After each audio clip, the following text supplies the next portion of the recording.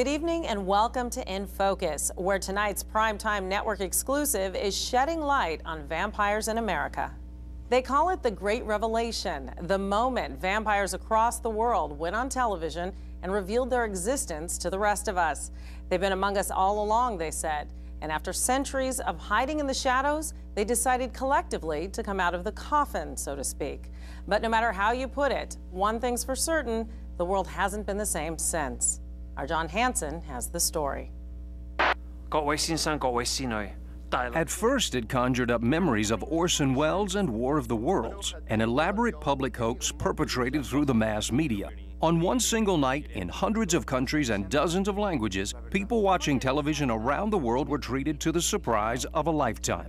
Here's what it looked like in America. Most of all, we want to assure you that we pose no danger to you. All we want is to coexist peacefully with you and to enjoy the same rights and freedoms as everyone else. Entire regions of the globe reacted with outrage and panic. There were widespread riots in Latin America, the Middle East, and Eastern Europe, and many persecuted vampires had to flee for their safety. And where did these vampires want to go? Why, to the U.S., of course. In fact, so many vampires came here seeking asylum that they revived the debate on that most American of hot-button political issues, immigration. But that was then. It's hard to believe how far we've come since that night, but the evidence is all around us. These days, vampires have their own magazines. They have their own radio stations. They have their own bars, and even their own social networking websites. By now, we know plenty of things about vampires. Whether we can explain how those things are possible is another matter. But even today, when it comes to vampires, there are still more questions than answers. To get the ins and outs of Vampires 101, we spoke to Dr. Robert Hill, professor of cultural studies at Johnson University in northern Louisiana. Just like in the myths and the movies, they drink blood, they are fatally allergic to sunlight, and people aren't born vampires, they become them. The prevailing theory is that vampirism is caused by some sort of virus. But so far, no such virus has been identified. And frankly, there are a lot of things that the virus theory can't explain. Such as? Such as the fact that vampires are universally stronger and faster than the rest of us by a lot. Also, vampires don't really seem to age. Some say they've been the same age for centuries. What is your explanation for all this? I mean, it sounds positively supernatural. Yeah. Maybe you're right. I'm not interested in labels. Who's to say what's natural? Who's to say that what my body can do is any less natural than what yours can do? We wanted to get some answers straight from the vampire's mouth. So we met with Nan Flanagan, the spokeswoman for the American Vampire League, the largest vampire advocacy group in the country. Well, clearly you acknowledge that our bodies can do very different things, so let's get right to it. Which one of us would win in a race? I'm hardly wearing the right shoes. How about arm wrestling? Would I stand a chance? Who knows? You might. Let's set the record straight.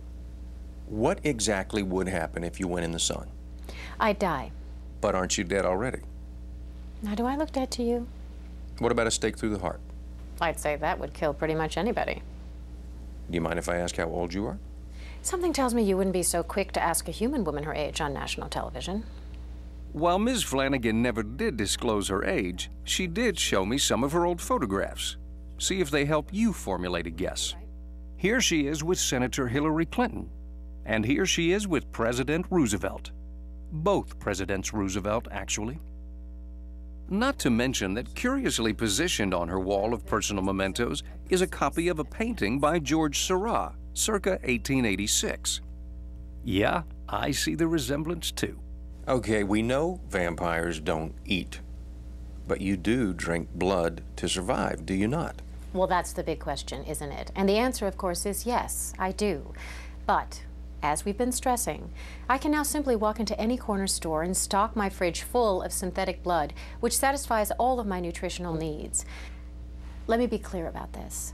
Now that the Japanese have perfected synthetic blood, there is no reason for anyone to fear me or any other vampire. Which, of course, brings us to Tokyo and to the Akinomo Corporation. You see, a few years ago, the Yakinomo Corporation was merely the fourth largest pharmaceutical concern in Japan. That is, until Dr. Kenji Egawa and his team perfected a synthetic blood that was safe to use in trauma patients who had sustained massive blood loss. When you first developed your synthetic blood, who were your customers? Mostly hospitals around the world. So you never intended for it to be used by vampires? No, of course not. At that point, nobody even suspected that vampires existed at all. But all that was about to change. Soon after Egawa's breakthrough, someone from the still underground vampire community figured out that this synthetic blood was just as nourishing as the real thing. But what to do with this information? We might never know the next part of our story if not for the curiosity of some friends from here in Bonton, Louisiana, deep in the heart of Renard Parish. Meet Andrew Casday, a young man who uncovered a mystery and who started a website that became a phenomenon. A while ago, we noticed some strange messages posted online in a language that none of us could figure out. We eventually discovered that these messages were a way for the vampires to communicate with each other under our radar. Andrew and his friends started bloodcopy.com to seek help in deciphering the mystery from others on the web. Posts poured in from around the globe, and the vampire's code was eventually cracked. What they found was shocking. A webcam forum in which vampires weighed the pros and cons of this new synthetic blood and openly debated whether it meant they could finally convince humans that they exist and could now live peacefully among them. In time, a consensus was reached, and the result was the Great Revelation. Soon, companies began mass-producing synthetic blood and bottling it for home consumption. The most popular brand, True Blood, is made by none other than the Yakinomo Corporation. Have you ever tasted True Blood? No, I haven't. Well, we just happen to have a bottle of it right here. Why don't you tell us how it tastes?